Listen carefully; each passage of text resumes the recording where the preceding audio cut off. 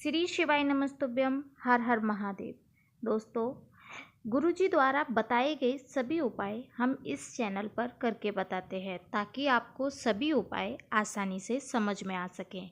2 जनवरी साल का पहला गुरुवार, यानी कि गुरुवार के दिन श्री हरि की कृपा और माता लक्ष्मी की कृपा प्राप्त करने के लिए आपको आज शाम को ये उपाय करना है। कैसे करना है, क्या करना है, चलिए जान लेते हैं इस छोटे से वीडियो में।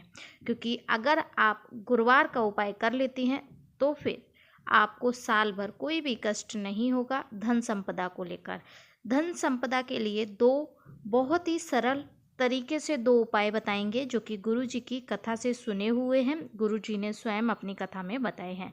चलिए शुरू करते हैं। इसके लिए आपको घर पर ही ये उपाय करना है। कैसे करना है? तुलसी जी के क्यारे में आपको इसके लिए चाहिए एक मिट्टी का दीपक।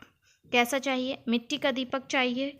यहाँ पर आप आटे का भी दीपक बना सकते हैं। अगर मिट्टी का दीपक है तो अति उत्तम है, नहीं तो आप आटे का दीपक ले लीजिएगा।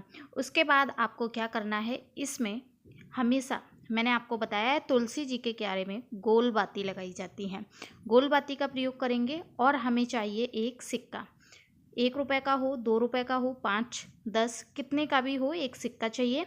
और ये उपाय आपको करना है अपने घर की तुलसी जी के क्यारे में, ठीक है। उसके बाद आपको चाहिए थोड़ी सी हल्दी, क्योंकि गुरुवार है, गुरुवार को हल्दी और वैसे भी श्री हरि को हल्दी समर्पित होती है तो थोड़ी सी हल्दी भी चाहिए। अब क्या करना है, अपने क्यारे में जहाँ पर तुलसी मैया हैं वहाँ पर जाना है और जो हमने मिट्टी का दीपक बताया उसमें गोल बाती लगानी है। अब यहाँ पर ना सरसों का तेल डालेंगे ना तिल का तेल डालेंगे, हमें यहाँ पर घी का दीपक बनाना है। किसका बनाना है? घी का दीपक बनाना है। उसके बाद हमें क्या करना है, शाम के समय जब हम पूजा करेंगे, संध्या के समय 8 बजे के बाद आप ये उपाय कर लीजिए, बहुत ही उत्तम रहेगा।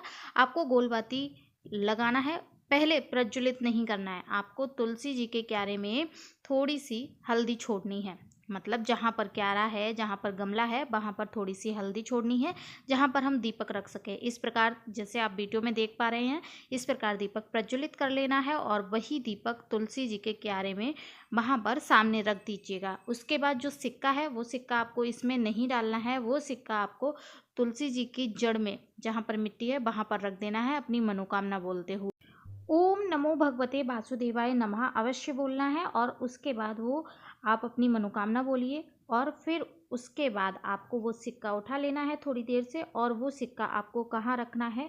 आपको रखना है अपनी तिजोरी में। कहाँ? तिजोरी में।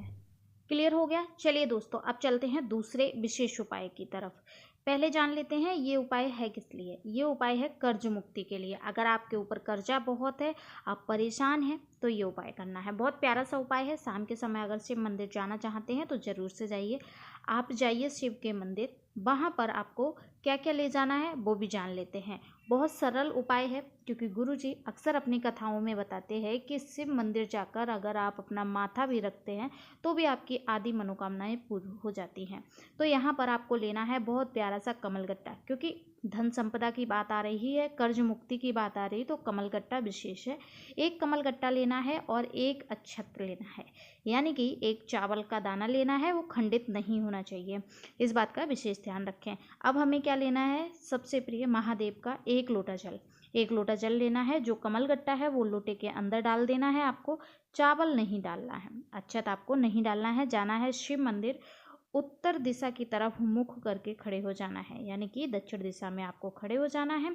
और गुरुजी हमेशा बताते हैं कि अगर आपको कोई भी बात महादेव से मनमानी है तो अशोक सुंदरी माता का स्मरण करें, क्योंकि पिता जो है वो बेटी के आगे ही झुकते हैं। तो यहाँ पर अशोक सुंदरी माता का जो स्थान है आप सभी को पता होगा, वहाँ पर वो आपको जो चावल का दाना है, जो अक्षत है, वो रख देना है। उसके बाद उत्तर दिशा की तरफ मुख करके आपको वो जल चढ़ा देना है। कैसे चढ़ाना है, इस बात का विशेष ध्यान रखें कि आपको श्री शिवाय नमस्तुभ्यम बोलते हुए आपको वो पूरा जल समर्पित कर देना है। अब यहाँ पर बात करते हैं कमलगट्टे की। जो कमलगट्टा है उसका क्या करना है, वो कमलगट्टा आप उठा लाइए।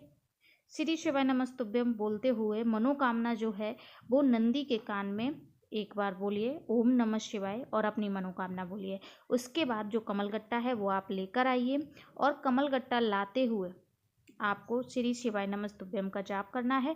सीधे आपको घर आना है। घर आते ही आपको वो जो कमल कट्टा है वो आपको रखना है अपनी तिजोरी में। कहाँ रखना है? तिजोरी में।